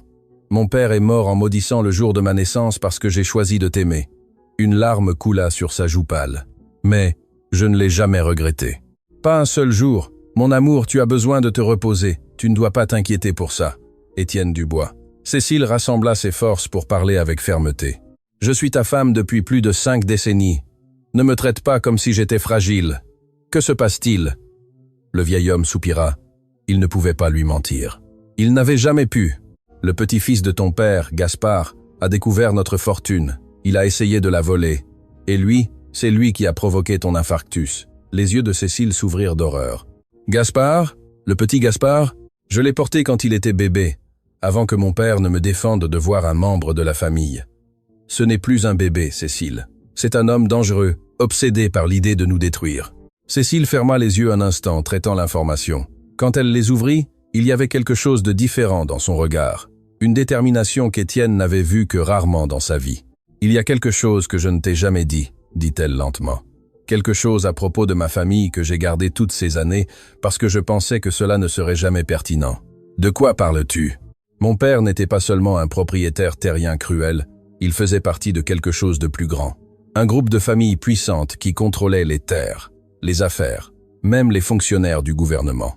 Il s'appelait Le Cercle. » Antoine et Mathilde, qui étaient restés silencieux près de la porte, échangèrent des regards de confusion. « Le Cercle ?» Étienne fronça les sourcils. « Tu n'as jamais rien mentionné de cela, parce que je voulais oublier cette partie de ma vie. Je voulais croire qu'en m'éloignant de ma famille, je m'éloignais aussi de leurs ténèbres. » Cécile toussa faiblement avant de continuer. Le Cercle était responsable de nombreuses injustices. Des familles déplacées de leurs terres, des entreprises détruites, des vies ruinées, tout pour augmenter leur pouvoir et leur richesse. Et Gaspard en fait partie. S'il a hérité de l'obsession de mon père, il a probablement aussi hérité de sa place dans le Cercle. Ces familles transmettent leurs secrets de génération en génération, comme d'autres transmettent des héritages. Étienne sentit le sol bouger sous ses pieds. Ce qu'il avait cru être un simple conflit familial se révélait être quelque chose de bien plus complexe et dangereux. « Cécile, j'ai besoin que tu me dises tout ce que tu sais sur le cercle, n'importe quel nom, n'importe quel détail, n'importe quoi qui puisse nous aider. » « Il y a un livre, » Cécile murmura, sa voix s'affaiblissant. « Un registre que mon père gardait contenait des noms, des transactions, des secrets de toutes les familles impliquées. Quand je suis parti de chez moi, je l'ai volé. Je pensais qu'un jour je pourrais en avoir besoin comme protection. Où est ce livre? Je l'ai caché dans un endroit où personne ne penserait à chercher. » Cécile le regarda avec intensité. « À la ferme, enterré sous l'arbre où nous nous sommes mariés en secret. » Étienne se souvint de cet arbre, un vieux chêne au coin le plus éloigné de sa propriété. Ils avaient échangé des vœux sous ses branches quand ils n'avaient pas d'argent pour un vrai mariage. C'était leur lieu sacré, leur secret partagé. « Cécile, pourquoi ne me l'as-tu jamais dit? Parce que je voulais te protéger. Je voulais que tu vives sans le poids de savoir quels monstres était ma famille. » Ses yeux se remplirent de larmes. « Mais maintenant je comprends que mon silence n'a fait que retarder l'inévitable. Le passé nous rattrape toujours, mon amour. Toujours. » L'infirmière revint, son expression préoccupée. « Monsieur Dubois, votre femme a besoin de repos. Son rythme cardiaque augmente. » Étienne hocha la tête en se penchant pour embrasser le front de Cécile. « Repose-toi. Je vais régler ça.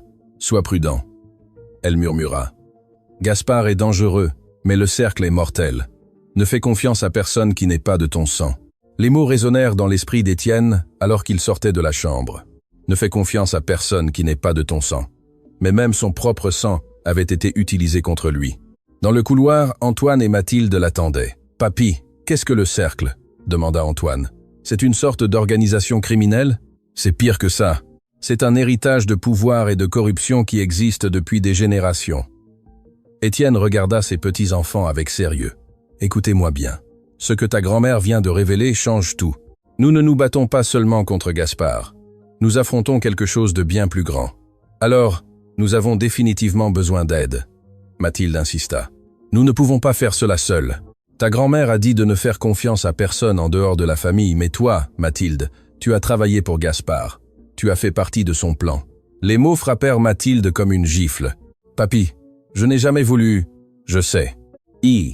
Angorina, Enara, Malama, Andina, Vrodisa, Maria. » Étienne l'interrompit d'une voix plus douce. « Je sais que tu as été manipulé, mais j'ai besoin de savoir que je peux te faire entièrement confiance, qu'il n'y a plus de secret entre nous. » Mathilde le regarda droit dans les yeux. « Je te jure sur la vie de ma grand-mère que je t'ai dit tout ce que je sais. Gaspard m'a utilisé, mais plus jamais. Je suis de ton côté, papy, de notre côté. » Étienne étudia son visage pendant un long moment. Finalement, il hocha la tête. « Alors, j'ai besoin que tu fasses quelque chose. Gaspard te fait confiance, n'est-ce pas? Ou du moins, il pense qu'il te tient toujours sous contrôle. Il ne sait probablement pas que je t'ai tout raconté. Bien, je veux que tu le contactes. Dis-lui que tu es toujours de son côté, que tu as réussi à gagner ma confiance. Découvre tout ce que tu peux sur ses plans, sur le cercle, sur tout ce qui peut nous aider. » Antoine intervint, alarmé. « Papy, c'est dangereux. Si Gaspard découvre que Mathilde le trahit, c'est un risque que nous devons prendre. » Étienne répondit. « Mais pendant que Mathilde fait sa part, je ferai la mienne. Que vas-tu faire? D'abord, je vais aller à la ferme chercher ce livre que ta grand-mère a caché. Si cela contient ce qu'elle dit, cela pourrait être notre meilleure arme contre Gaspard et le cercle. Je viens avec toi. » Antoine offrit. « Non, j'ai besoin que tu restes ici pour protéger ta grand-mère. Ne la laisse pas seule une seconde. Si quelque chose lui arrive pendant que je ne suis pas... » Il ne termina pas la phrase. Il n'avait pas besoin de le faire. Étienne commença à marcher vers la sortie de l'hôpital, mais s'arrêta quand Mathilde l'appela. « Papy, il y a autre chose que je ne t'ai pas dite, quelque chose que j'ai découvert en travaillant pour Gaspard. » Étienne se tourna lentement. « Quoi ?» Mathilde hésita comme si les mots qu'elle était sur le point de prononcer lui coûtaient un effort physique. « Le cercle a un infiltré, quelqu'un à l'intérieur de la banque où tu as ton argent, quelqu'un qui surveille ton compte depuis des années, signalant chaque mouvement aux familles du cercle. Qui ? Je ne le sais pas avec certitude, mais Gaspard a mentionné quelque chose une fois. Il a dit qu'ils avaient des yeux au Crédit Métropolitain depuis longtemps, des yeux que personne ne soupçonnerait. » L'esprit d'Étienne travailla rapidement. Le Crédit Métropolitain, la même banque où Marc Lévesque l'avait humilié, la même banque où Geneviève Leclerc, la directrice régionale, était apparue si opportunément pour l'aider. Il était possible que quelqu'un de la banque soit impliqué dans le cercle. Et si l'aide qu'il avait reçue n'était pas sincère, mais faisait partie d'un piège plus élaboré? Les mots de Cécile résonnèrent dans son esprit. Ne fais confiance à personne. Mathilde. Gaspard a-t-il mentionné un nom spécifique de la banque? Il a juste dit que son contact y travaillait depuis des années. Quelqu'un ayant accès aux informations privilégiées des clients les plus importants. Étienne pensa à Marc, à son arrogance et à son mépris envers les clients humbles. Il pensa à Geneviève, si efficace et si opportune. Il pensa à Camille, la seule qu'il avait traitée avec humanité depuis le début. Qui était le traître? Quand tu rencontreras Gaspard, dit-il finalement. Essaye de découvrir qui est son contact à la banque. Cette information pourrait nous sauver. Je le ferai. Étienne sortit de l'hôpital vers la nuit noire. L'air froid frappa son visage, mais il le sentit à peine. Son esprit était trop occupé à traiter tout ce qu'il avait découvert au cours des dernières heures. Sa femme avait survécu, mais restait en danger. Un ennemi de son passé avait ressurgi avec soif de vengeance. Une organisation secrète rôdait dans l'ombre, et quelqu'un en qui il avait eu confiance pouvait être un traître. Alors qu'il marchait vers le parking cherchant un taxi qui le mènerait à la ferme, son téléphone vibra avec un message texte. C'était un numéro inconnu. « Monsieur Dubois, je sais qui est l'infiltré de la banque et je sais ce que le cercle prévoit de faire demain. Si vous voulez sauver votre famille, vous devez me faire confiance. Venez seul au parc municipal à minuit. Cherchez le banc près de la fontaine. Je ne vous ai pas trahi ce matin à la banque. Je ne vous trahirai pas maintenant. Ça, Camille Bernard. » La jeune employée qu'il avait traitée avec dignité quand tous les autres le méprisaient, était-elle une alliée inattendue ou un autre piège du cercle? Étienne regarda l'horloge. Il ne restait que quelques heures avant minuit. Il devait prendre une décision. Et cette décision pourrait signifier la différence entre sauver sa famille ou tout perdre. L'horloge marquait 23 heures quand Étienne prit sa décision. Il irait au rendez-vous avec Camille. Quelque chose dans son instinct lui disait que cette jeune femme qu'il avait traitée avec dignité à la banque ne pouvait pas être une ennemie. Mais il avait d'abord besoin du livre que Cécile avait caché pendant des décennies. Il prit un taxi pour la ferme. Le trajet dura un peu plus d'1 heure. Assez de temps pour que son esprit repasse chaque détail des événements de la journée. Il semblait impossible que ce matin-là, il était entré à la banque comme un simple paysan et maintenant il faisait face à une conspiration qui s'étendait sur des générations entières. La ferme apparut dans l'obscurité comme un refuge de souvenirs. Chaque recoin de cette propriété gardait des histoires d'amour, de sacrifice, d'une vie construite à main nue. Étienne paya le chauffeur de taxi et marcha vers le vieux chêne, au coin le plus éloigné du terrain. L'arbre était toujours là, majestueux et immuable, témoin silencieux de tant de moments importants. Sous ses branches, lui et Cécile avaient échangé des vœux quand ils n'avaient rien d'autre que leur amour. Sous ses branches, ils avaient pleuré ensemble les pertes et célébré les triomphes. Et sous ses racines, Cécile avait enterré un secret qui pourrait maintenant les sauver tous. Étienne prit une pelle dans la remise et commença à creuser. Ses bras protestaient à chaque mouvement, lui rappelant qu'il n'était plus le jeune homme fort qui avait travaillé ses champs pendant des décennies, mais l'urgence lui donnait des forces qu'il croyait perdues. Après plusieurs minutes de fouille, la pelle heurta quelque chose de solide. D'une main tremblante, Étienne écarta la terre pour révéler une boîte métallique enveloppée de plastique protecteur. Il la sortit avec un soin révérencieux, comme s'il déterrait un trésor sacré. À l'intérieur de la boîte se trouvait un carnet aux couvertures de cuir épais et ancien. Les pages jaunies étaient remplies de noms, de dates, de sommes d'argent, de descriptions de propriétés. C'était un registre méticuleux de décennies de corruption, de familles détruites, de vies ruinées par la cupidité du cercle. Étienne feuilleta les pages avec une horreur croissante. Il reconnut certains noms, des personnes qu'il avait crues respectables toute sa vie, des entrepreneurs, des politiciens, même des fonctionnaires de justice, tous liés par des fils invisibles de pouvoir et de complicité. Et puis il trouva une page qui lui glaça le sang. C'était une liste intitulée « Opération en cours ». Et sur celle-ci, datée de quelques semaines seulement, il y avait une entrée qui disait « Dubois et recouvrement d'actifs familiaux, contact interne, crédit métropolitain. Responsable de l'exécution, JL. Gaspard Leclerc. » Mais ce qui brisa véritablement le cœur d'Étienne fut le nom du contact interne de la banque. Il était écrit à l'encre différente, ajouté récemment. M. Lévesque, directeur général. Marc Lévesque. L'homme qui l'avait humilié publiquement n'était pas simplement un directeur arrogant, c'était un membre actif du cercle. Son humiliation n'avait été ni fortuite, ni spontanée. Elle avait été calculée, conçue pour provoquer une réaction qui justifierait d'enquêter plus en profondeur sur le compte d'Étienne. Tout avait été un piège depuis le début.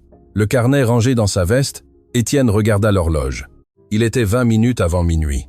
Il pouvait encore arriver au rendez-vous avec Camille. Le parc municipal était désert à cette heure. Les lampadaires projetaient des cercles de lumière jaunâtre sur les sentiers vides. Le son de la fontaine centrale était le seul qui rompait le silence nocturne. Étienne trouva le banc près de la fontaine et s'assit pour attendre. Chaque ombre semblait menaçante, chaque bruit le mettait en alerte, mais alors une silhouette émergea de l'obscurité. C'était Camille Bernard. La jeune femme s'approcha à pas prudents, regardant constamment par-dessus son épaule comme si elle craignait d'être suivie. Quand elle arriva près d'Étienne, son visage montrait un mélange de soulagement et de terreur. « Monsieur Dubois, merci d'être venu. Je sais que vous n'avez aucune raison de me faire confiance, mais je devais vous avertir. » « M'avertir de quoi ?» Camille s'assit à ses côtés en baissant la voix jusqu'à la transformer en un murmure urgent. « Je travaille à la banque depuis peu de temps, mais j'ai vu des choses qui ne devraient pas se produire. Monsieur l'évêque reçoit des appels étranges. Il a des réunions à huis clos avec des personnes qui n'apparaissent jamais dans les registres officiels. Au début, j'ai cru que c'était des affaires normales. Mais après ce qui s'est passé avec vous ce matin, j'ai commencé à enquêter de mon côté. Qu'as-tu découvert ? L'évêque n'a pas agi seul quand il vous a humilié. Il a reçu des instructions spécifiques de quelqu'un. Je l'ai entendu parler au téléphone après votre départ. Il disait que le plan avait fonctionné, que vous aviez révélé l'ampleur de votre fortune devant des témoins qui pouvaient maintenant passer à la phase suivante. Étienne sentit que ses soupçons se confirmaient. Sais-tu qui lui donnait les instructions ? Je n'ai pas entendu le nom complet, mais l'évêque l'appelait Monsieur Leclerc. Le lien était indéniable. Marc l'évêque avait été l'instrument de Gaspard Leclerc depuis le début. Y a-t-il autre chose ? Camille continua d'une voix tremblante. Cet après-midi, après que la directrice Leclerc ait organisé le transfert de votre femme, j'ai entendu une autre conversation. L'évêque était furieux. Il disait que Madame Leclerc avait tout gâché en vous aidant, qu'elle ne savait pas dans quoi elle s'embarquait. Geneviève Leclerc ne fait pas partie du cercle ? Je ne le crois pas. Elle semblait sincèrement préoccupée par vous et votre femme. L'évêque l'a traitée d'ingénue et a dit qu'il devrait s'occuper d'elle aussi. Le cœur d'Étienne s'accéléra. Non seulement lui et sa famille étaient en danger, quiconque les aidait devenait une cible. « Pourquoi me racontes-tu tout ça ?» demanda-t-il en regardant Camille directement. « Qui gagnes-tu en te risquant ainsi ?» Les yeux de Camille se remplirent de larmes. « Parce que ma grand-mère était comme vous, monsieur Dubois, une femme humble qui a travaillé toute sa vie à nettoyer des maisons de riches, et ils l'ont traitée exactement comme vous, avec mépris, avec moquerie, comme si elle n'était pas un être humain. Dassa, matrazu assi dimen à l'amassa. » Sa voix se brisa sous l'émotion. Elle est morte sans que personne ne reconnaisse sa valeur, sans que personne ne lui demande pardon pour toutes les humiliations qu'elle a supportées. Quand je vous ai vu ce matin, debout devant l'évêque avec cette dignité inébranlable, j'ai vu ma grand-mère et je me suis juré que cette fois ce serait différent. Cette fois, quelqu'un allait défendre ceux que le monde méprise. Étienne sentit un nœud se former dans sa gorge. Cette jeune femme, presque une inconnue, risquait tout pour lui, simplement parce qu'elle croyait en la justice. « Camille, ce que tu fais est très dangereux. Si l'évêque découvre que tu m'as averti, je sais, mais il y a des choses plus importantes que la sécurité personnelle. » Elle sortit un petit appareil de son sac à main. C'est une copie des registres téléphoniques de la banque des derniers mois. Tous les appels que l'évêque a reçus et effectués vers des numéros qui ne sont pas dans la base de données officielle. J'ai pensé que cela pourrait servir de preuve. Étienne prit l'appareil avec des mains qui tremblaient de gratitude. Je ne sais comment te remercier. Remerciez-moi en survivant. Remerciez-moi en démasquant ces personnes pour ce qu'elles sont réellement. À ce moment, le téléphone de Camille commença à vibrer. Elle regarda l'écran et pâlit. C'est l'évêque, il me cherche. Je dois partir avant qu'il ne se doute de rien. Elle se leva rapidement, mais avant de s'éloigner, elle se tourna vers Étienne. Monsieur Dubois, demain à midi, quand vous rencontrerez Gaspard Leclerc, n'y allez pas seul. Je sais qu'il vous a dit d'y aller sans compagnie, mais c'est un piège. L'évêque a mentionné qu'il avait tout préparé pour demain. Je ne sais pas exactement ce qu'il prévoit, mais ce n'est pas bon. Comment sais-tu pour la réunion ? J'ai entendu l'évêque confirmer les détails avec quelqu'un. Il a dit que le restaurant Le Vieux Manoir serait vide, à l'exception de leur personnel. Que personne n'entendrait rien. Les mots frappèrent Étienne avec une force brutale.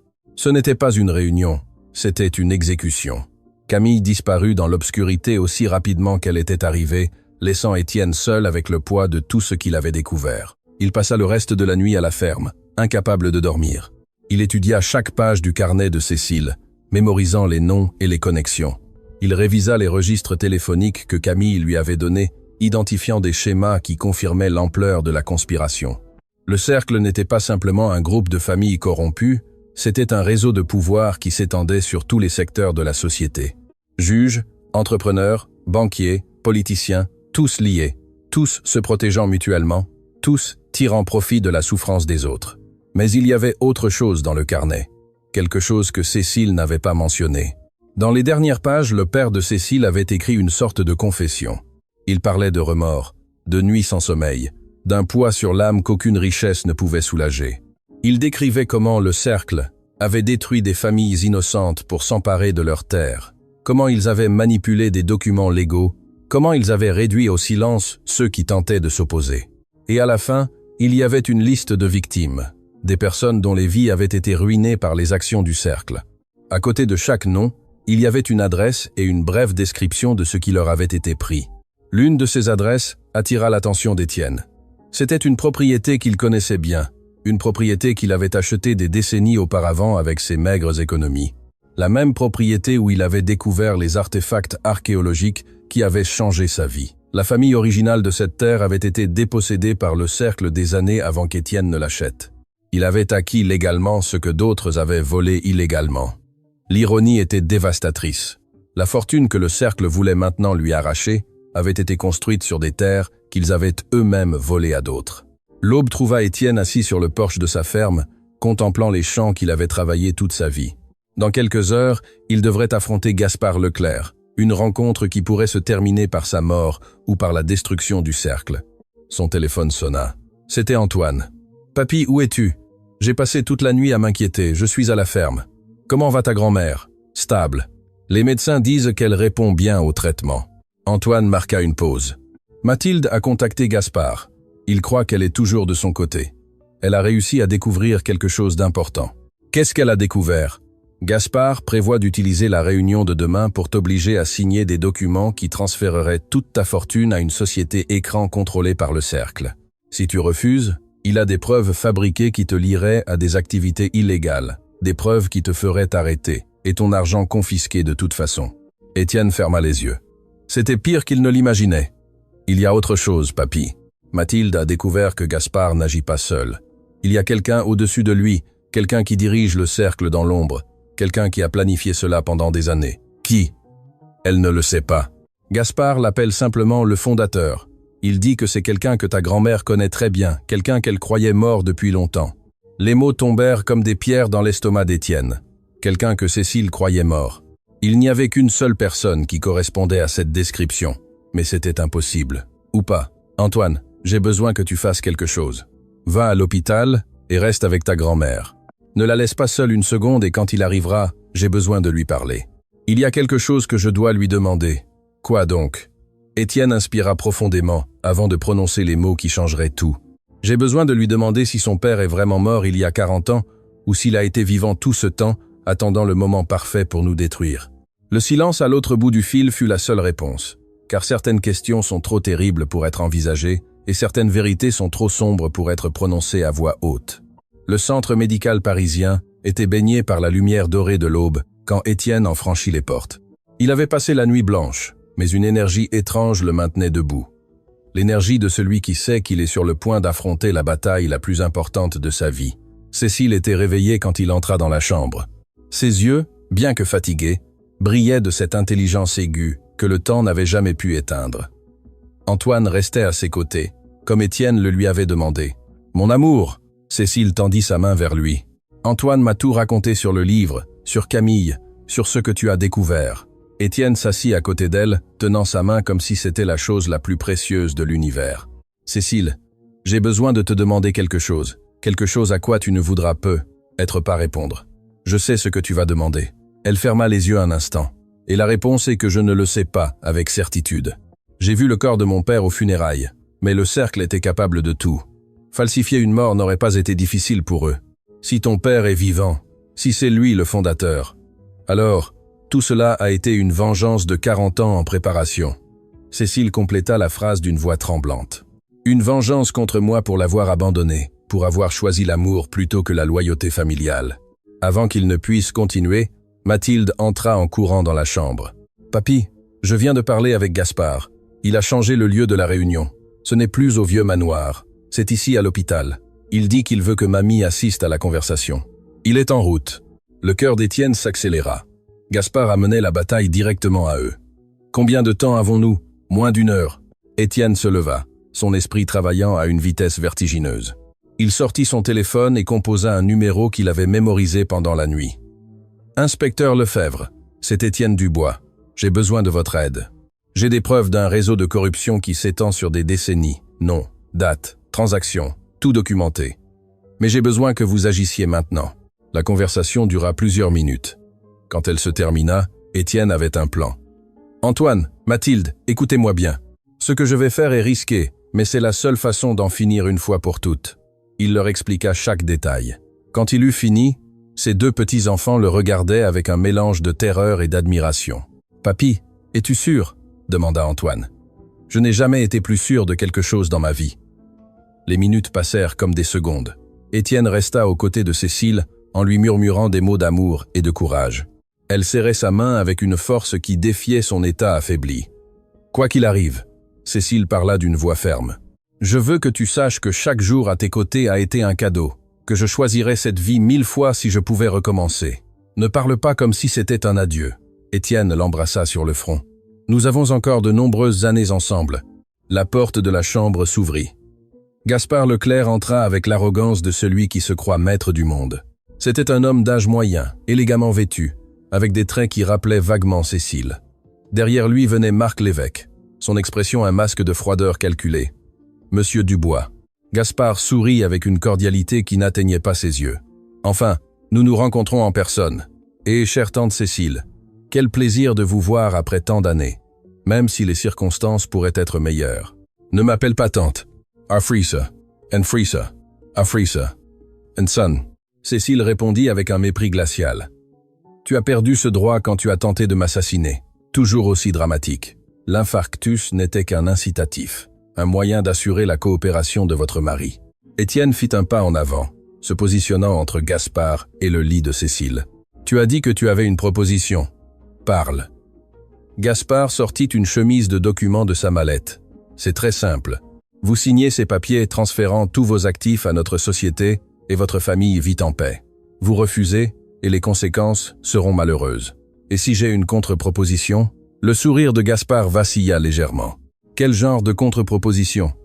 Étienne sortit le carnet de cuir de sa veste. Les yeux de Gaspard s'ouvrirent avec reconnaissance et alarme. « Tu reconnais ça, n'est-ce pas ? Le registre personnel de Philippe Leclerc. Chaque salle secret du cercle documenté avec une précision obsessionnelle. Nom, date, victime. Assez de preuves pour détruire chaque famille impliquée. Où as-tu eu ça ?» La voix de Gaspard perdit toute cordialité. « Ma femme l'a gardé pendant 40 ans. Une assurance contre exactement ce moment. » Marc Lévesque fit un pas en avant, mais Gaspard l'arrêta d'un geste. « Ce livre ne te servira à rien. Les noms qui y figurent sont ceux de personnes mortes. Le cercle s'est renouvelé, s'est modernisé. Nous sommes intouchables. » « Intouchables ?» Étienne sourit pour la première fois. « Alors, je suppose que ça ne te dérangera pas de savoir qu'il y a 1 heure, j'ai envoyé des copies numériques de chaque page à l'unité de renseignement financier, à 3 journaux nationaux et au parquet général. » La couleur quitta le visage de Gaspard. « Vous mentez ? Voulez-vous prendre le risque de le découvrir ?» Le silence qui suivit fut lourd comme du plomb. Gaspard regardait Étienne avec une fureur à peine contenue, calculant ses options. « Même si c'était vrai, ça ne change rien. J'ai assez de pouvoir pour enterrer n'importe quelle enquête. » « Peut être, » Étienne hocha la tête. « Mais tu n'as pas de pouvoir sur ce qui est déjà dans l'air. » Il désigna le coin de la pièce où une petite lumière rouge clignotait. Cette conversation est retransmise en direct. L'inspecteur Lefebvre et son équipe écoutent chaque mot, chaque menace, chaque confession. Gaspard se tourna vers l'endroit qu'Étienne désignait. Une caméra de sécurité qu'il avait complètement ignorée semblait maintenant le regarder comme l'œil d'un juge implacable. « C'est illégal. Vous ne pouvez pas m'enregistrer sans mon consentement. En fait, je le peux. Nous sommes dans une chambre d'hôpital. propriété privée, où j'ai l'autorisation du patient, et vous venez de confesser, devant témoins et caméras, que vous avez délibérément provoqué l'infarctus de ma femme. Les portes de la chambre s'ouvrirent en grand. L'inspecteur Nicolas Lefebvre entra accompagné de plusieurs agents en uniforme. « Gaspard Leclerc, vous êtes en état d'arrestation pour tentative d'homicide, extorsion et conspiration. Vous avez le droit de garder le silence. Tout ce que vous direz pourra être retenu contre vous. » Gaspard tenta de résister, mais les agents l'immobilisèrent rapidement. Alors qu'il le menottait, son masque de contrôle s'effondra finalement. « Ce n'est pas fini. Le cercle est plus grand que moi. Vous ne pouvez pas nous détruire. Nous l'avons déjà fait. » Étienne répondit calmement. « Ton organisation est terminée. » Marc Lévesque tenta de s'échapper discrètement, mais d'autres agents lui bloquèrent le passage. « Vous venez aussi avec nous, monsieur l'évêque. Nous avons beaucoup de questions sur vos activités bancaires. » Alors qu'il traînait les deux hommes hors de la chambre, Marc s'arrêta devant Étienne. Un instant, sa façade d'arrogance disparut, révélant quelque chose qui semblait un regret sincère. « Monsieur Dubois, ce que j'ai fait à la banque, la façon dont je vous ai traité, ce n'était pas seulement sur les ordres de Gaspard, c'était parce que vous me rappeliez mon propre père. Sir, video finally sent fai. For Sambo. Sir, Paisaina. Kriexa. Pai. » Étienne le regarda sans comprendre. « Mon père était paysan. Il a travaillé toute sa vie dans les champs des autres. Il est mort sans rien, humilié, oublié. J'ai juré que je ne serais jamais comme lui, que j'aurais le pouvoir, le respect, l'argent. Et dans le processus, je suis devenu exactement le genre de personne qu'il avait méprisé. » Les larmes jaillirent des yeux de Marc. « Quand je vous ai vu aujourd'hui debout avec dignité, alors que je me moquais, j'ai compris quelque chose de terrible. J'ai compris que mon père avait plus de valeur dans son petit doigt que moi dans tout mon être. Vous m'avez montré ce que j'avais oublié, que la vraie richesse n'est pas dans les comptes bancaires. » Étienne garda le silence un instant. Il s'attendait à ressentir de la satisfaction en voyant son bourreau tomber. Mais il ne ressentait que de la tristesse pour un homme qui avait perdu son âme à poursuivre une illusion. « Le repentir sincère est le premier pas vers la rédemption, » dit-il finalement. Mais les mots ne signifient rien sans action. Prouvez-le en coopérant pleinement avec l'enquête. Aidez à démanteler ce que vous avez aidé à construire. Marc hocha la tête, les larmes coulant toujours sur ses joues, tandis que les agents l'escortaient dehors. Quand la chambre fut enfin silencieuse, Étienne s'effondra sur la chaise à côté de Cécile. Toute la tension accumulée pendant des jours trouva enfin sa libération. Cécile prit sa main avec une force renouvelée. « Tu as réussi, mon amour. Tu as terminé ce que je n'ai pas pu terminer il y a 40 ans.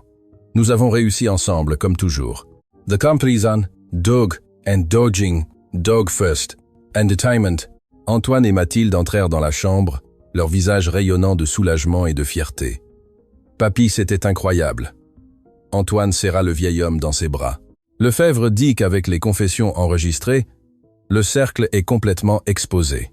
Mathilde s'approcha timidement. « Papy, mamie, je sais que ce que j'ai fait est impardonnable, que j'ai presque détruit notre famille par lâcheté. » Cécile tendit son bras vers sa petite fille. « Viens ici, ma chérie. » Mathilde s'approcha, les larmes débordant. « Tu as été manipulée par des personnes qui ont perfectionné l'art de la manipulation pendant des générations. » Cécile parla avec une tendresse maternelle. « L'important n'est pas comment tu as commencé dans cette histoire, mais comment tu la termines.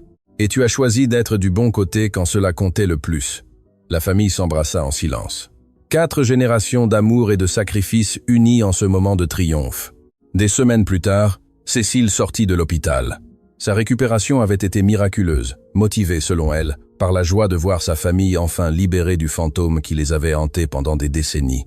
L'enquête de Lefebvre avait abouti à des dizaines d'arrestations. Le cercle fut complètement démantelé, ses membres faisant face à des accusations qui les maintiendraient en prison pendant des années.